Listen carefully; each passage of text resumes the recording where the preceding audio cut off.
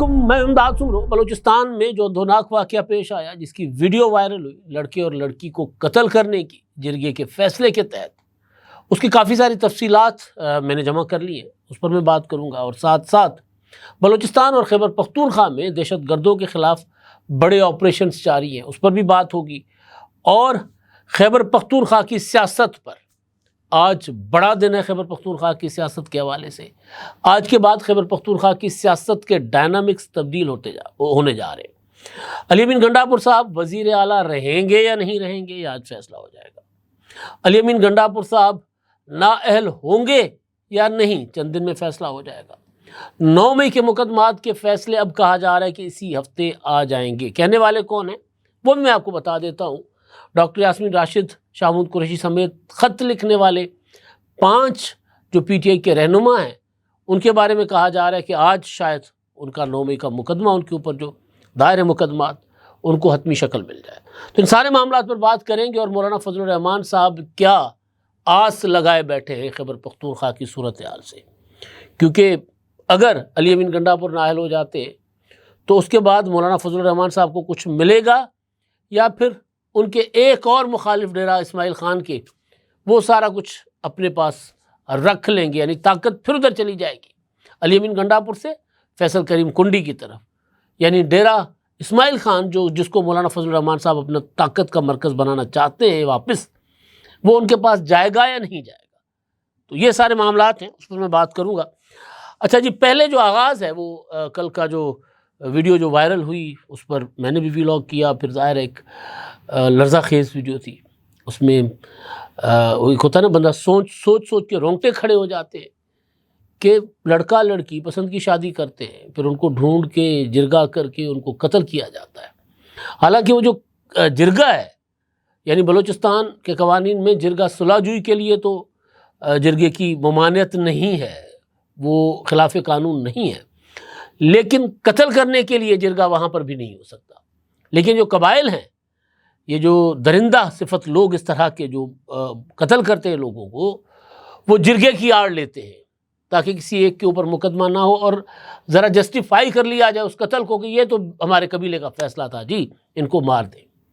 تو بہرحال اب پہلی بات یہ کہ جو یہ واقعہ ہوا وہ ڈگاری علاقہ ہے، کوئٹہ کا نواحی علاقہ، وہاں یہ واقعہ پیش آیا۔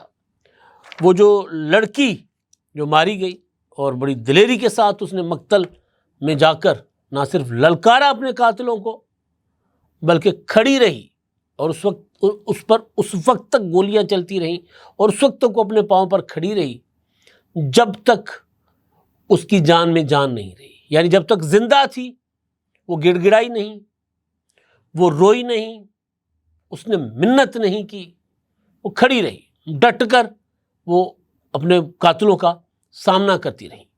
تو بہرحال ان ساتکزئی قبیلہ ہے، میں نے جو معلومات لی ہیں کوئٹہ سے، اپنے دوستوں سے، کچھ سورسز سے، تو ساتکزئی قبیلہ مکس ٹرائب ہے، ایک بلوچ اور بروہی، کیونکہ ایک جس طرح رہ رہے ہوتے ہیں صدیوں سے ایک ساتھ، تو مکس ٹرائب بھی بن جاتے ہیں۔ تو ساتکزئی قبیلہ ہے، بروہی یا براہوی اور پشتون مکس قبیلہ ہے، مارگٹ کا علاقہ، وہاں کے رہنے والے ہیں، بولان۔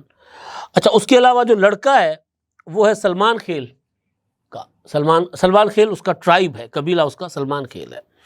جو تفصیلات سامنے آ رہی ہیں اس میں بتایا جا رہا ہے کہ یہ وقوعہ جو ہے، جو واردات ہے، یہ عید الاضحیٰ سے چند دن بعد کی ہے، جون کے پہلے ہفتے کی ہے۔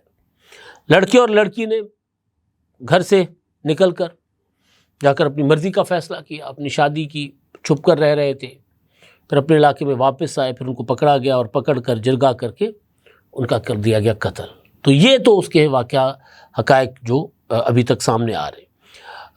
حکومت بلوچستان نے، سرفراز بگٹی صاحب نے ایک اسٹیٹمنٹ جاری کی، شاید رند سے بھی میری بات ہوئی، جو ترجمان ہے، ان کے مطابق انہوں نے تحقیقات کے لیے کہہ دیا ہوا ہے، جو کلپریٹس ہیں جنہوں نے یہ واردات کی ہے ان کو گرفتار کیا جائے گا، کسی قسم کے قبیلے جرگے کو تسلیم نہیں، قبائلی جرگہ جو ہے اس کو تسلیم نہیں کیا جائے گا، اور ریاست کی مدیت میں FIR ہوگی۔ تو یہ ایک اچھا اعلان ہے حکومت کی طرف سے، اس پر عمل ہونا چاہیے۔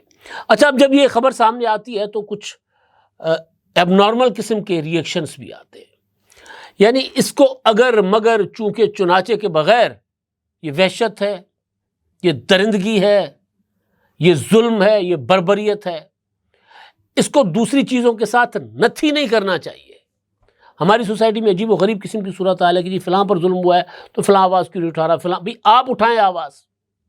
عام لوگوں کی تو خیر ٹھیک ہے، عام لوگ بیچارے دکھ میں تکلیف میں بات کر دیتے ہیں، دہشت گردوں کے خلاف، حکومت کے خلاف، وہ تو کر لیتے ہیں، لیکن جو اقتدار میں بیٹھے ہوئے لوگ ہوں، اگر وہ چیزوں کو کنفیوز کریں، اگر اس درندگی کو ریاست یا حکومت کی ناکامی کے بجائے اس کے پیچھے بھی کوئی اور جواز ڈھونڈیں تو ان کیا کیا جائے۔ وزیر دفاع خواجہ آصف صاحب کافی مدبر آدمی ہیں، بڑی بڑی باتیں کرتے ہیں، بڑا بڑا ان کا سیاسی کریئر ہے ان کا۔ وہ کیا کہتے ہیں کہ انہوں نے ٹویٹ کیا اس واردات کے بعد ویڈیو کے اوپر، انہوں نے کہا کہ جن لوگوں نے ریاست کے خلاف بندوق اٹھائی ہوئی ہے وہ پہلے اس نظام کے خلاف آواز اٹھائیں جو آپ کے آس پاس رائج ہے۔ سارا پاکستان آپ کے ساتھ کھڑا ہوگا، اس ظلم کے نظام کے ذمہ دار آپ کے بھائی بند ہیں۔ اب پہلی بات تو یہ ہے کہ کیا بی ایل اے ہو، بی ایل ایف ہو، دہشت گرد جو بھی ہیں جن کا نام دہشت گرد ہے، وہ دہشت گرد ہیں جس بھی نام پہ کر رہے ہیں۔ بلوچ حقوق پر وہ بات کر رہے ہیں، وسائل کے لیے وہ کر رہے ہیں، جس آڑ میں وہ وہاں پر پنجابیوں کو مارتے ہیں، سرائکیوں کو مارتے ہیں، سندھیوں کو مارتے ہیں، کراچی کے قوالوں کو مارتے ہیں، جس کو بھی وہ قتل کرتے ہیں، شہید کرتے ہیں، جس نام سے بھی کرتے ہیں، وہ دہشت گرد ہیں۔ اور جو چیز کنفیوز کرنے کی کوشش ہو رہی ہے یہاں پر، یا لاشعوری طور پر ہو گئی، بھائی کون کہتا ہے آپ کو کہ دہشت گرد جو ہے اس کو قبائلی نظام سوٹ نہیں کرتا؟ اس کو سب سے زیادہ قبائلی نظام سوٹ کرتا ہے۔ وہ ٹرائبل سسٹم ہوگا، ٹرائبل نظام کے اندر کیا ہوتا ہے؟ پولیس نہیں ہوتی، امن و امان کے لیے کوئی فورسز نہیں ہوتی، تھانہ کچہری نہیں ہوتا، سب جرگا کرتا ہے، اور جس کے ہاتھ میں بندوق ہوتی ہے وہ فیصلے کرتا ہے۔ تو آج سردار اختر مینگل فیصلہ نہیں کر سکتا، آج سرفراز بگٹی اگر قبائلی سردار کے طور پر آپریٹ کرے بلوچستان میں تو شاید وہ فیصلہ نہیں کر سکتے۔ وجہ کیا ہے؟ وجہ یہ ہے کہ بندوق بردار جو جتھے ہیں، جس بھی نام سے وہاں پر کام کر رہے ہیں، ریاست ان کو فطرت الہندوستان کا نام دے رہی ہے، بی ایل اے ہے، بی ایل ایف ہے، جو بھی ہیں تو دہشت گرد۔ کنٹرول اب انہوں نے سنبھال لیا ہوا ہے بہت سی اس طرح کے علاقوں کا، تو ان کو تو سوٹ کرتا ہے بھائی قبائلی نظام، کہ ریاست کا انفراسٹرکچر نہ ہو، تھانہ کچہری پٹوار خانہ نہ ہو، وہ اپنی ادارہ داری، وہ بندوق ان کے پاس ہے۔ پہلے لشکر قبائلی سردار کے پاس ہوتے تھے، اب لشکر دہشت گرد کے پاس ہے۔ تو وفاقی وزیر دفاع جب یہ بات کرتے ہیں تو میں پریشان ہو جاتا ہوں کہ کس طرح کی اپروچ رکھنے والے اقتدار میں بیٹھے ہوئے ہیں۔ وہ کہتے ہیں کہ دہشت گرد پہلے قبائلی نظام کے خلاف آواز اٹھائیں۔ بھئی وہ کیوں اٹھائیں گے؟ ان کو تو سپورٹ کرتا ہے نظام۔ میں آگے چل کر اس کا حل بتاتا ہوں آپ کو۔ اچھا جی، اس نظام کے ذمہ دار آپ کے بھائی بند ہیں، دوسرے صوبوں سے آئے مسافر اور روزی روٹی کمانے والے مزدور نہیں ہیں، جن نہتوں کو آپ گولیاں مارتے ہیں۔ آپ کی جدوجہد کی بنیاد منافقت ہے، آپ کی شناخت وطن دشمنی ہے۔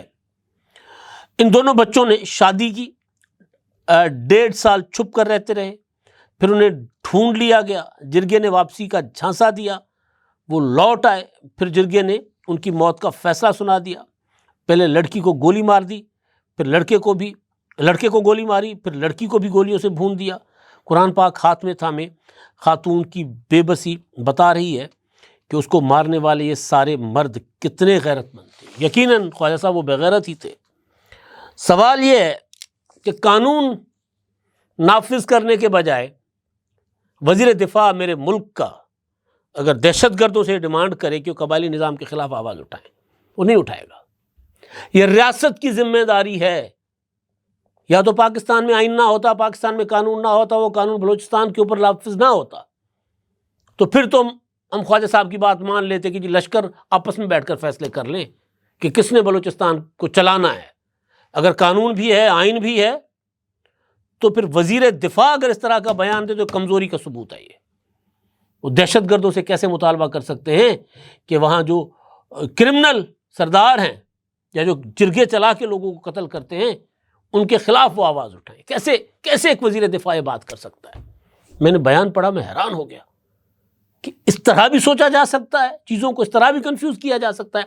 سرداری نظام، قبائلی نظام کا خاتمہ ہونا چاہیے، طریقے سے ہونا چاہیے، آہستہ آہستہ سسٹم ایمرج کرے۔ 78 سال ہو گئے، ابھی تک بلوچستان میں سرداری نظام ختم نہیں ہو رہا۔ کیوں؟ کون ذمہ دار ہے؟ سوال تو یہ ہے نا، کون ذمہ دار ہے؟ ظاہر ہے جواب آپ سب کو پتہ ہے، وہ جو قانون نافذ نہیں کرنا چاہتے، پھر وہ پولیٹیکل ایلیٹ ہو، کسی قسم کی بھی ایلیٹ ہو، وہ نہیں، وہ ملے ہوئے ہیں۔ تو اب وہ کام BLA کو دے دیں گے کیا آپ، جو دہشت گرد ہیں؟ ان کو کہہ رہے ہیں کہ یہ آپ آواز اٹھائیں سرداری نظام کے خلاف؟ نہیں، آپ بلوچستان میں پولیس لگائیں، پورے صوبے میں بنائیں نئی فورس پولیس کی، بلوچستان کو آہستہ آہستہ سرداروں کے چنگل سے آزاد کروائیں، قانون صوبائی حکومت آزاد کروائے، وفاق آزاد کروائے، اور وہاں زیادہ سے زیادہ لوگوں کو اختیار دیا جائے کہ اپنی مرضی کی حکومت منتخب کریں، تب ہوگا۔ وفاقی وزیر دفاع کہتے ہیں کہ جی BLA والے، BLF والے، یا وہ جو دہشت گرد جو مارتے ہیں لوگوں کو وہاں پر، سندھیوں کو، پنجابیوں کو، وہاں کے بلوچوں کو بھی مارتے ہیں، وہ ان سے ڈیمانڈ کر رہے ہیں کہ جی وہ اس ظلم کے خلاف آواز اٹھائیں گے۔ وہ نہیں اٹھائیں گے، وہ اس کے بینیفیشری ہیں، سب سے زیادہ فائدہ وہ دہشت گرد اس قبائلی نظام سے اٹھاتے ہیں۔ اچھا جی، اب اگلی بات، کل ہو گیا فائنلی حلف 25 ارکان کا، خیبر پختونخوا کی اسمبلی کے مخصوص نشستوں پر آنے والے 21 خواتین اور 4 اقلیتی، ہو گیا حلف، گورنر ہاؤس میں ہو گیا۔ بڑی کوشش کی تحریک انصاف نے، ساری چالاکیاں ان کی ناکام ہو گئیں، حلف ہو گیا، اور آج شیڈول کے مطابق 11 بجے گورنر ہاؤس کے جرگہ ہال میں الیکشن ہوگا سینٹ کا، اور ظاہر ہے وہاں کے جو خیبر پختونخوا کے الیکشن کمشنر ہیں اور وہاں کے جو ممبر الیکشن کمیشن ہیں وہ اس کی معاونت کریں گے اور پرزائڈ کریں گے، اور الیکشن ہو جائے گا۔ گنڈاپور صاحب کہہ رہے ہیں کہ جی الیکشن سے میں اس لیے بھاگ رہا تھا، انپوز میں اس لیے چاہتا تھا کہ زیادہ سے زیادہ ہم سیٹیں لے سکیں۔ اب ان کو خطرہ ہے کہ وہ اتنی سیٹیں نہیں لے پائیں گے جتنی سیٹیں تحریک انصاف نے اپوزیشن کے ساتھ مل بیٹھ کر فائنل کیا تھا کہ 6 ہماری 5 تمہاری۔ فیصل کریم کنڈی کہتے ہیں کہ جی اب ہم 7 سیٹیں نکال لیں گے، یعنی PTI کو ملیں گی صرف 4 سیٹیں، 92 ارکان ہیں PTI کے۔ تو کنڈی صاحب ٹھیک تڑپ رہے تھے، لیکن ان کا تڑپنا صرف اس لیے بھی نہیں تھا کہ سینٹ کی سیٹیں کم ہو رہی تھیں، ان کا تڑپنا اس لیے بھی تھا کہ اگر سینٹ میں اپوزیشن نے زیادہ سیٹیں نکال لیں تو ان کی میجورٹی ایکسپوز ہو جائے گی، وہ ایک اقلیتی وزیر اعلیٰ کہلائیں گے۔ اوپر سے 9 مئی کے مقدمات کی تلوار لٹک رہی ہے، تو اگر 9 مئی کے میں ان کو گنڈاپور کو نائل کر دیا گیا، میجورٹی PTI کے پاس نہیں ہوگی، تو پھر کیا ہوگا؟ مولانا فضل الرحمان صاحب کا فارمولہ ہے کہ جی وہاں پر PTI کے اندر سے ہی کسی کو وزیر اعلیٰ لگایا جائے، تو وہاں پر باغی تو ہیں، کوئی 22-23 ارکان باغی ہو چکے ہوئے ہیں، کوئی 22 ارکان بتایا جا رہا ہے کہ جی 9 مئی کے مقدمات میں ملوث ہیں، تو ان کے خلاف بھی فیصلے آ سکتے ہیں۔